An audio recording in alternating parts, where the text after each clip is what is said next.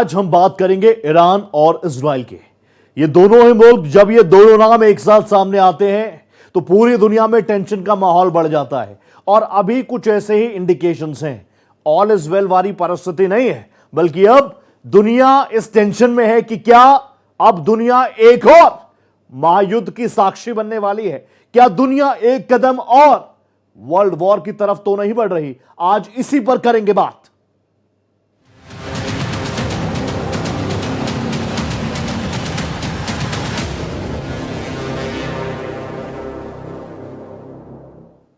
तो एक तरफ खामनेई, दूसरी तरफ बेंजामिन नेतन्याहू, दोनों झुकने को तैयार नहीं है। लेकिन दुनिया, जो संकेत आ रहे हैं ईरान से, जो संकेत आ रहे हैं इजराइल से, जो बातें आ रही हैं वहां से, वो बता रही है कि दुनिया के लिए यहां से कुछ भी अच्छा नहीं है। इंडिकेशंस बहुत खराब है। और अब एक्सपर्ट्स उस बात को मान रहे हैं, क्या एक और महायुद्ध का आगाज हो चुका है। ईरान इजराइल के बीच क्या टेंशन है वो बताने की जरूरत नहीं है। दोनों तरफ से युद्ध के सायरन बज चुके हैं। ईरान इजराइल के बीच यह युद्ध तो शुरू हो चुका है, लेकिन यह कितना लंबा खिंचेगा, यह कितने दिनों तक रहेगा, और इन आशंकाओं से कोई भी अछूता नहीं है।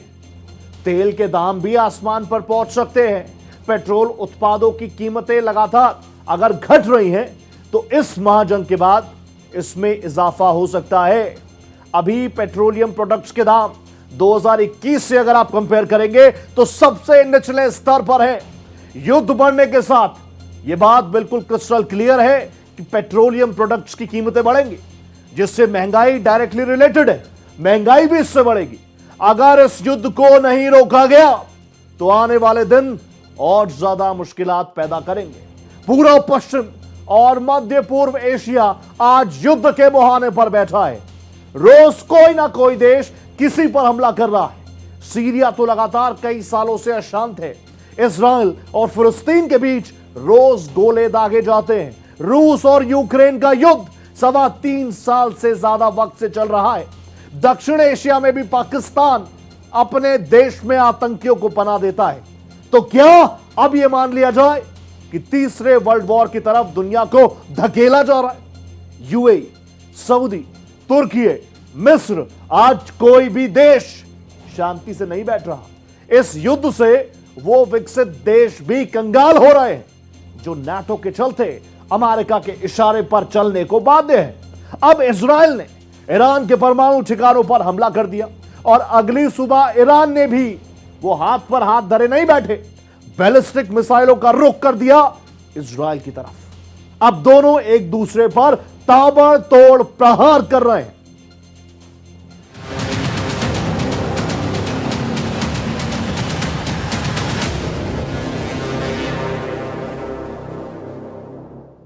ना इजराइल मानने को तैयार है, ना ईरान सुनने को तैयार है। और अभी तक जो तस्वीरें आ रही हैं, उनको अगर मैं कुछ शब्दों में बयां करूं तो बमबारी, तबाही, हाहाकार। इजराइल और ईरान दोनों देश इस समय युद्ध के मुहाने पर खड़े हैं। दोनों ओर से मिसाइलें बरसाई जा रही हैं। दोनों मुल्कों के कई शहरों में तबाही मची पड़ी है। इजराइल चुन चुनकर ईरान के न्यूक्लियर और सैन्य ठिकानों के साथ साथ अन्य प्रतिष्ठानों पर अटैक कर रहा है। तो ईरान भी शांत नहीं है। इजराइल के रिहायशी इलाकों को ईरान ने टारगेट किया। लॉन्ग रेंज की बैलिस्टिक मिसाइलों को दाग दिया गया। तेल अवीव और हाइफा जैसे इजरायली शहर मलबे में तब्दील होते हुए नजर आ रहे हैं। इस बीच इजराइल ने अमेरिका से चीन के खिलाफ जंग में साथ देने को कहा है। इजराइल ने औपचारिक रूप से अमेरिका से अनुरोध किया कि ईरान के फोर्डो न्यूक्लियर प्लांट पर हमला करने के लिए अमेरिका इजराइल का साथ दे। लेकिन यहां पर अमेरिकी राष्ट्रपति डोनाल्ड ट्रंप ने ईरान के खिलाफ इजराइल की इस जंग में डायरेक्टली कूद मारने से, शामिल होने से साफ इनकार कर दिया है।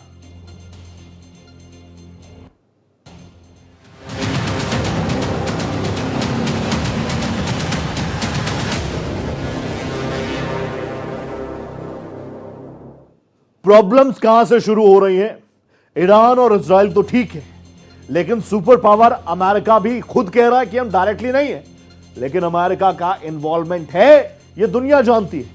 देखिए अमेरिका की टेंशन्स क्या है वो मैं आपको ग्राफिकली समझा देता हूं।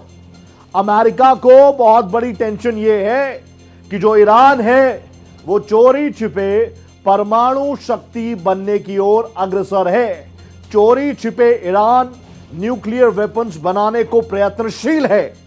अभी तक आप जानते हैं रूस, अमेरिका, चीन, Britain, France, north Korea, Bharat, Pakistan और इजराइल, ये मैंने उन राष्ट्रों के नाम लिए हैं जिनके जो न्यूक्लियर संपन्न है। पर अब ईरान भी इस दिशा में तेजी से अपने पैर पसारना चाहता है। लेकिन टेंशन वाली बात यह है कि अगर ईरान एटम बम बना लेता है तो मध्य पूर्व में जो शक्ति संतुलन इस वक्त नजर आता है उसमें ड्रास्टिक चेंज हो जाएगा। इस्लामिक देशों में ईरान सबसे शक्तिशाली राष्ट्र बन जाएगा। यूं तो इस्लामिक देशों में पाकिस्तान के पास भी परमाणु बम है, लेकिन मध्य पूर्व और खाड़ी के देश उसे अपना प्रतिद्वंदी मानते ही नहीं। पाकिस्तान की अपनी कोई हैसियत नहीं है और ग्लोबली सिर्फ एक राष्ट्र का नाम है, एक देश का नाम है पाकिस्तान। इससे ज्यादा जब हम बात कंपटीशन की करें, कॉम्पिटेंसी की करें, एफिशिएंसी की करें, पाकिस्तान इज जीरो और यू कैन से नेगेटिव। लेकिन उसके पास प्राकृतिक संसाधनों का भी अभाव है। ये पाकिस्तान की बात कर रहा हूं। पेट्रो उत्पादों के नाम पर सिफर, इसीलिए इस्लामिक देश भी उसे लेकर बहुत सीरियस नहीं रहते। ईरान के सर्वोच्च नेता अयातुल्ला अली खामेनेई का एक सीक्रेट प्लान भी बेनकाब हो चुका है। एक रिपोर्ट में इस बात का खुलासा किया गया कि ईरानी वैज्ञानिक बेहद गुप्त सीक्रेट लैब्स में परमाणु बॉम्ब्स की डिजाइनिंग और टेस्टिंग कर रहे थे। मकसद था दुनिया की आंखों में धूल झोंककर परमाणु शक्ति बन जाना। लेकिन इजराइल की खुफिया एजेंसी ने, मोसाद ने इस मिशन की परतें खोल दी और खामोशी से खामेनेई का खेल बिगाड़ने का काम शुरू कर दिया। अब इजराइल ने ऑपरेशंस के जरिए इन वैज्ञानिकों को खत्म कर दिया और यह दावा किया कि इस्लामिक रिपब्लिक अब परमाणु बम के खतरे से काफी पीछे जा चुकी है। कैसे हुआ यह सब? रिपोर्ट्स में कई चौंकाने वाले राज हैं, आपके साथ वो भी साझा करूंगा।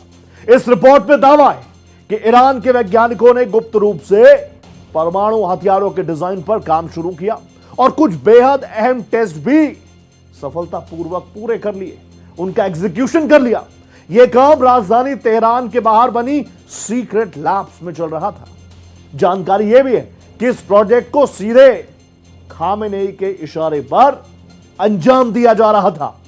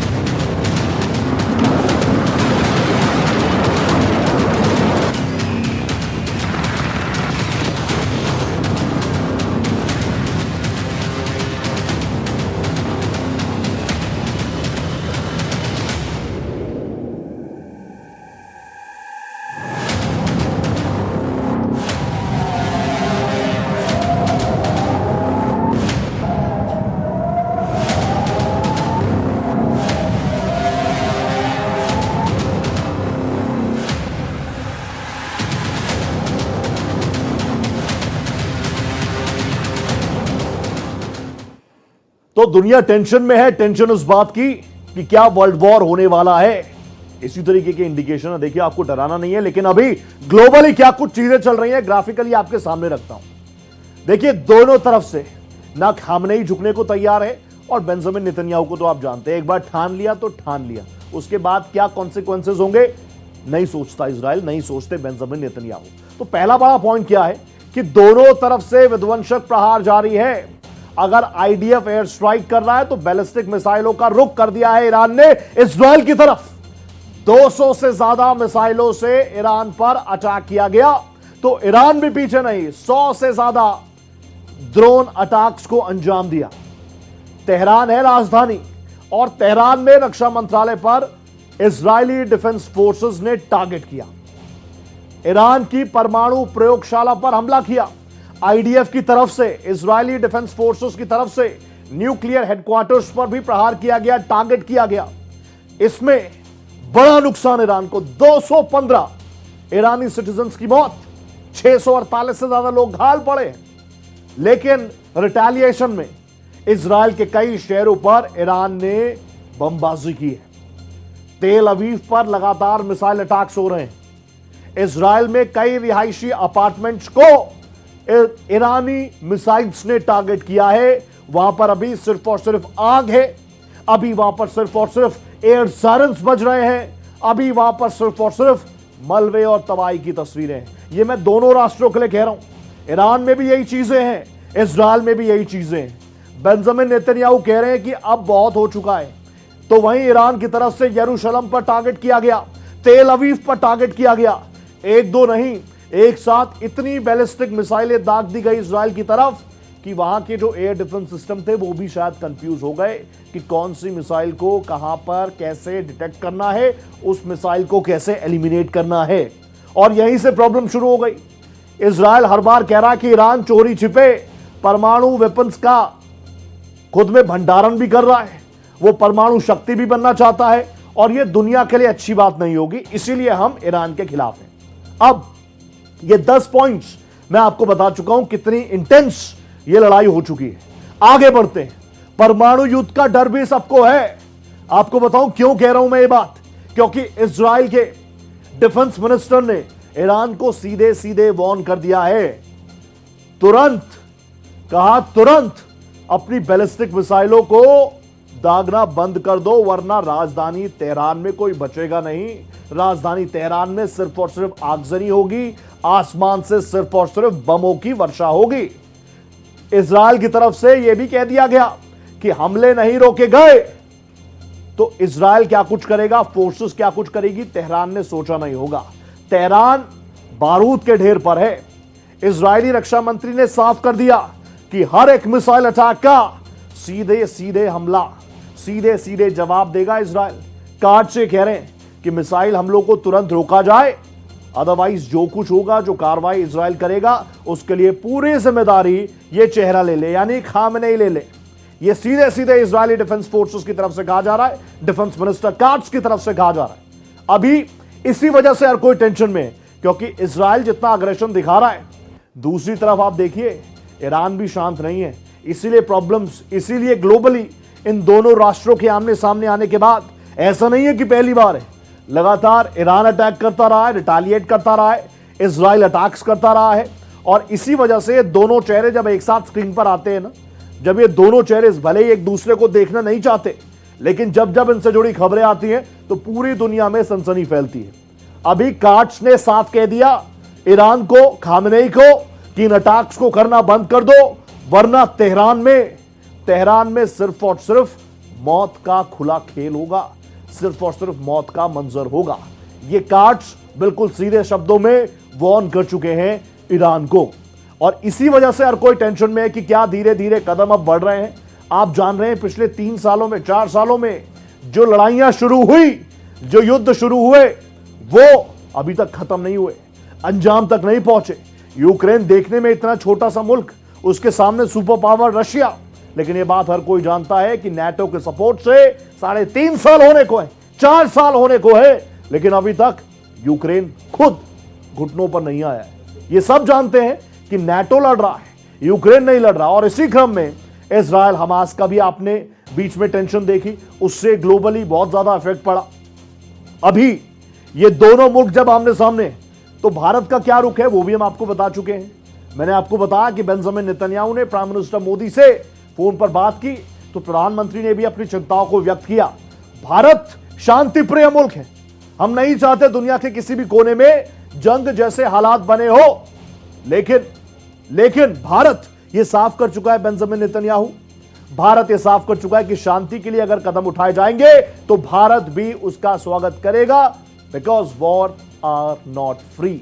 और ग्लोबली जिस तरीके से हम जुड़े हैं, कहीं पर भी कुछ होता है, कहीं पर भी जंग जैसे हालात बनते हैं, डायरेक्टली इनडायरेक्टली, प्रत्यक्ष अप्रत्यक्ष तौर पर आप और मैं भी उससे अफेक्ट होंगे। ये बात बिल्कुल साफ है कि दोनों में से कोई झुकने को तैयार नहीं है। अगर इधर से अग्रेसिवली अटैक किए जा रहे हैं तो दूसरी तरफ से भी लगातार रिटेलिएशन का वो सिलसिला, वार पलटवार का वो सिलसिला लगातार जारी है। बेंजामिन नेतन्याहू ये साफ कर चुके हैं कि ये लड़ाई सिर्फ और सिर्फ उनके लिए नहीं है, ये लड़ाई सिर्फ और सिर्फ इजरायलीज के लिए नहीं है, क्योंकि ईरान चोरी छुपे खुद को न्यूक्लियर पावर बनाना चाह रहा है, उसके इरादे ठीक नहीं है। इसीलिए आईडीएफ की तरफ से जो इजरायली एयर स्ट्राइक्स की तरफ से एयर स्ट्राइक्स की गई, वहां पर उनके न्यूक्लियर स्टेशन, जो जिस तरह की जानकारी उनके पास है, जहां जहां पर न्यूक्लियर टेस्टिंग चल रही थी, उन जगहों को टारगेट किया गया, उन साइंटिस्ट को टारगेट किया गया जो इस मिशन में ईरान को मजबूत करने का काम कर रहे थे, उनको मौत के घाट उतारा गया। लेकिन दूसरी तरफ आप देखिए, खामनेई भी शांत नहीं है, ईरान भी पूरी तरीके से शांत नहीं है। वो भी साफ तौर पर जिस तरीके से रिटालिएट कर रहा है, वो बताने के लिए काफी है कि दोनों देशों के बीच कितनी ज्यादा टेंशन है। अब पूरा मिडल ईस्ट इस वक्त अनस्टेबल नजर आता है, इस वक्त जो है वो काफी डिस्टर्ब नजर आता है। कुछ उससे जुड़े भी ग्राफिक्स मेरे पास है ताकि आसानी हो आपको समझने में, वो मैं आपको समझाऊंगा। देखिए, मिडिल ईस्ट में इस वक्त स्ट्रेस का माहौल है, क्या कुछ है बताऊंगा आपको।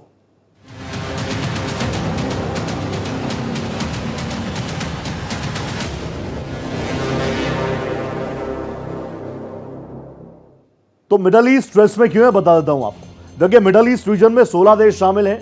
उन 16 देशों के नाम भी आपको बताता हूं: Bahrain, Egypt, Iran, Iraq, Jordan, Kuwait, Lebanon, Oman, फिलिस्तीन, इसके अलावा कतर, सऊदी, यूएई, सीरिया, तुर्की, यमन और इजराइल। मिडल ईस्ट में जो पूरी बेल्ट है, इसमें 13 राष्ट्र आते हैं। अब इनमें आप देखिए, ईरान जो है लगातार आए बगाए, वो दुनिया को भी वॉर्न करता आया है, वो अमेरिका को भी वॉर्न करता आया, इजराइल तो रहता ही है टारगेट। अब इन 16 बेल्ट, जो इस बेल्ट में 16 राष्ट्र हैं, उनमें से 15 देश इस्लामिक है। इकलौता राष्ट्र है इजराइल जो कि इन इस्लामिक देशों की बॉर्डर्स को भी साझा करता है, और बार बार ये इस्लामिक राष्ट्र कहते हैं कि हमें इजराइल से बहुत खतरा है। इजराइल जो है यहूदी देश है, इजराइल एक यहूदी मुल्क है। यहां पर इस्लामिक देशों में भी अलग अलग गुट क्योंकि बनते हैं, आप जानते हैं हर कोई सुपर पावर बनना चाह रहा है, तो अलग अलग गुटों में भी नजर आते हैं। कुछ देश खुद को इस्लामिक वर्ल्ड का खलीफा मानते हैं, जैसे आप समझ लीजिए, आप ईरान का ही नाम ले लीजिए, आप तुर्की का नाम ले लीजिए। इनके सारे कामों में यही होता है कि इस्लामिक राष्ट्रों के खलीफाए बन जाए। तुर्की का भी नाम उसमें है।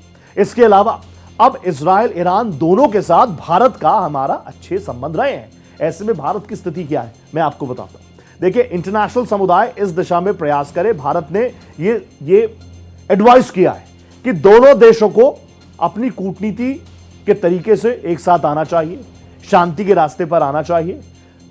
अग्रेशन, उकसावे वाले कदमों से बचने की फिलहाल जरूरत है, क्योंकि दुनिया को एक और वॉर नहीं चाहिए। संवाद कीजिए, टेबल टॉक्स कीजिए, और कूटनीतिक जो रास्ते हैं उन पर चलकर हर स्ट्रेस का हल हो सकता है। हमेशा से भारत ने इस बात पर फोकस किया है। चलिए अब जल्दी से आगे बढ़ते हैं और डिटेल्स में आपको दे देता हूं। दोनों देशों में टेंशन बढ़ रहा है। ईरान ने अमेरिका से बात करने से ही साफ इनकार कर दिया। यह कोई बहुत शॉकिंग बात नहीं है, ईरान बिल्कुल पसंद नहीं करता। यूएस से बात करने का कोई मतलब नहीं है, ईरान साफ कह रहा है। इजराइल के पीछे अमेरिका खड़ा है, ईरान ये भी मानता है। ईरान तो हर प्रॉब्लम के पीछे कहता है कि हर प्रॉब्लम के पीछे अगर कुछ है तो एक ही मुल्क है, उसका नाम है अमेरिका। तो यहां से ईरान ने बिल्कुल साफ कर दिया उसके तरीके आने वाले दिनों में क्या रहेंगे। अब एयर पावर में कितना फायर है यह भी मैं आपको बताता हूं। लड़ाकू विमानों के मामले में ईरान से बहुत आगे है इजराइल। इजराइल के पास 600 से ज्यादा एडवांस फाइटर जेट्स हैं जिनका इस्तेमाल वो कर रहा है। सुनिए ना, F-35, F-15, F-16 जैसे 5th generation advance fighter jet Israel के पास है। इजराइल को अमेरिका ने F-35 के कस्टम वर्जन भी दिए हैं।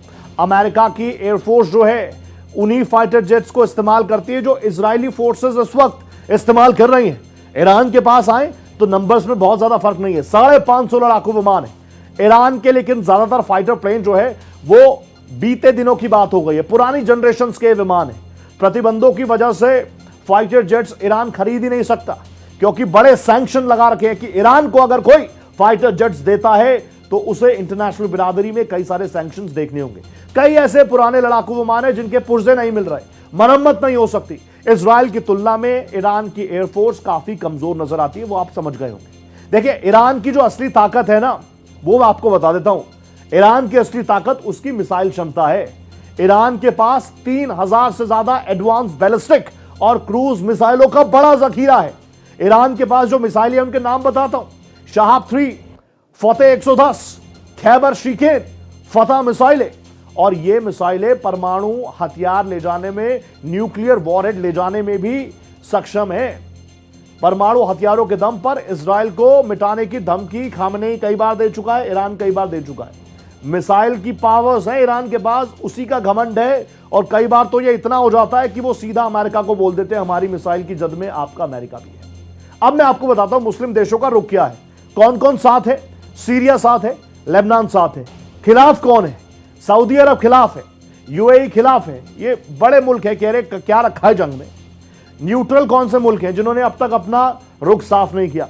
इसमें इजिप्ट है, इसमें ओमान है।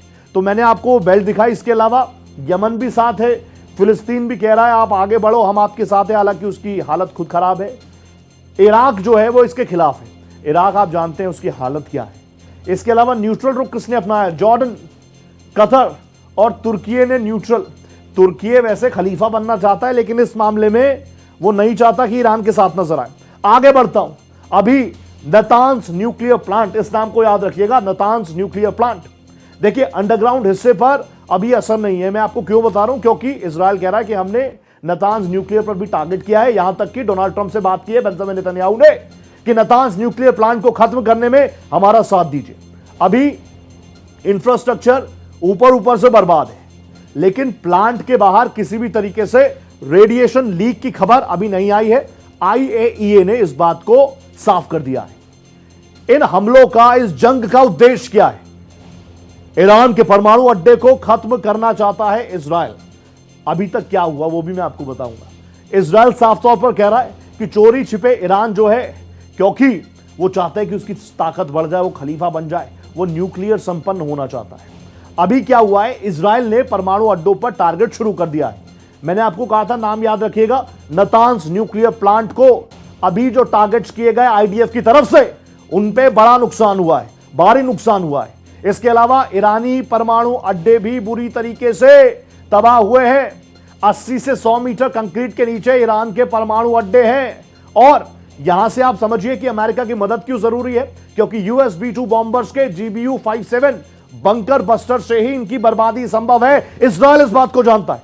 इजराइल की अपनी क्षमता क्या है? इजराइल के पास GBU-28 बंकर बस्टर बम है। ये 6 मीटर, इसकी जो इंटेंसिटी जाएगी वो 6 मीटर तक जाएगी, और इस वजह से इस कंक्रीट को, जिसको 70 से 80 फीट मोटा बनाया गया है, अभी अभी IDF इतनी सक्षम नहीं है कि वो इस बंकर को तोड़ पाए। और इसीलिए बेंजामिन नेतन्याहू कह रहा है अमेरिका से, डोनाल्ड ट्रंप से, कि आइए साथ आइए, आप भी क्लियर हो जाइए। आप चाहते हैं कि ईरान न्यूक्लियर पावर बन जाए, फिर आप समझिएगा कि अमेरिका को किस तरीके से वो धमकियां देगा। होल एंड सोल आपको बता दूं, अभी तो मैंने आपको अपडेट्स दिए। होल एंड सोल ये है, भारत का रुख बिल्कुल साफ है, जंग नहीं होनी चाहिए। इसी के साथ इस खास पेशकश में फिलहाल इतना ही। दीजिए इजाजत, नमस्कार।